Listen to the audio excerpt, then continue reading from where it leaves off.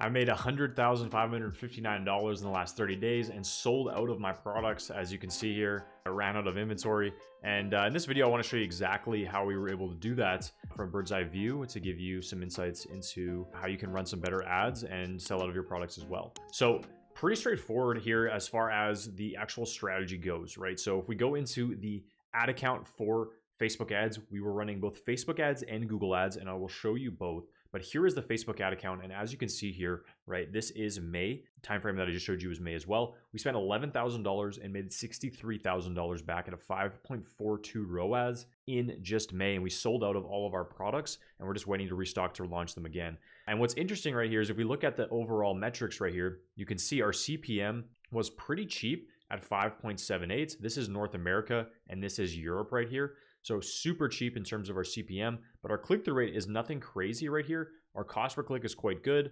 And then you can see right here, our cost per purchase is also quite high, but our total average order value is closer to $500. So this is very profitable for us. You can see our hook rate, hold rate, and everything like that. So our ID is actually closer to $1,000.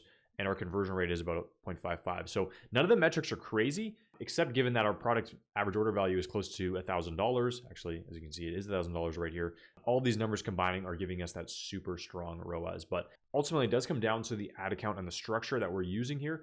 And so, like I mentioned right here, as far as in Facebook ads goes, this is what we did to get these types of numbers, right? And the biggest account here is this EU one. So if I go into this EU account right here, what you can see is that we had only really 4 ad sets live, and the majority came from this top EU targeting musician bands, right? And so all we did here, and what we do to get great results like this in an actual ad set at the ad set level, is we use an interest stack at the audience level, and we use the dynamic creative test feature. So when we go down to here, we can see we're excluding purchases. We're targeting all of Europe right here, 18 to 65 plus, all genders. And we have a very large interest stack right here using advantage detailed targeting at all the different types of music instruments that are actually related to our product. So just a very large interest stack, nothing too crazy right there. We have all placements turned on. We have everything going right there. And if we go down to the actual ad level right here, you can see we have our actual top 2 ads right here that are both very strong performers,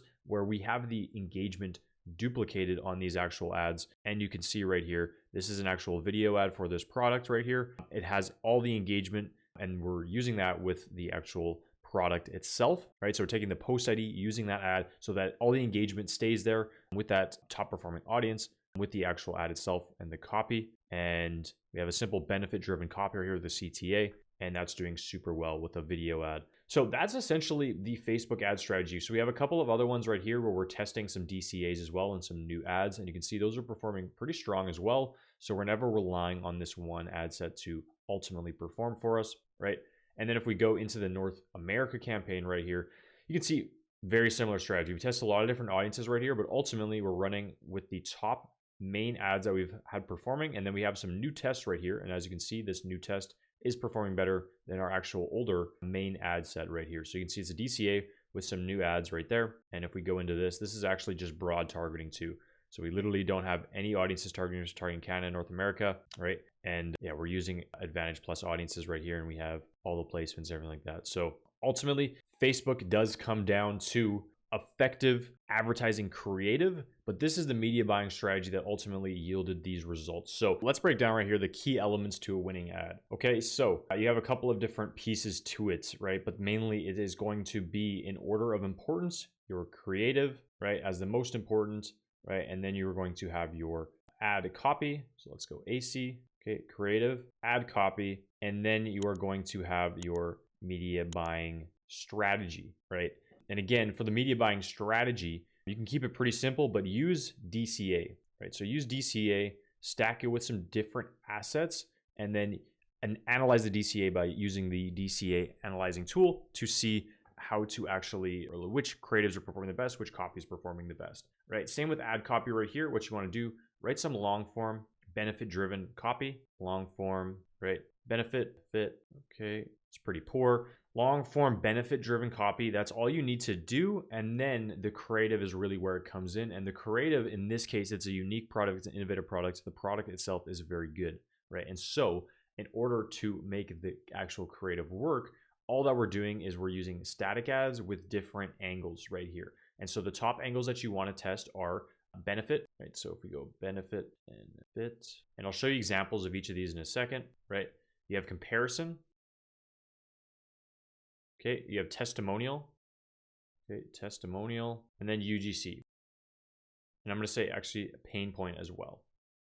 These are the main ones that you want to test, right? Starting with benefits, the comparison one works very well. The testimonial is good for more retargeting. UGC is really good and pain points really good. And so this is where you want to start right here. Use DCA, right? Use long form benefit driven copy and then focus on these creatives on these angles. And a great tool that you can use is creativeos.io, which is this tool right here, which you can use to actually import these into Canva, where you can easily get these templates right here and design creatives for yourself. So I'm going to log in right here and I'll show you an example of what this looks like. So for example, right here, right, you have your testimonial, right? So it gives you easy testimonial ads that you can use. If you have some good testimonials, you can copy these and use these awesome templates for yourself there. The benefits one, again, is a huge one that's super important there. So you're just showing the product, showcasing the main benefits. And the main benefits, if you don't know what they are, usually you'll have one very key, very important, strong benefit. Focus on that. You also have the comparison, as I talked about. You have a bunch of examples of what that looks like there.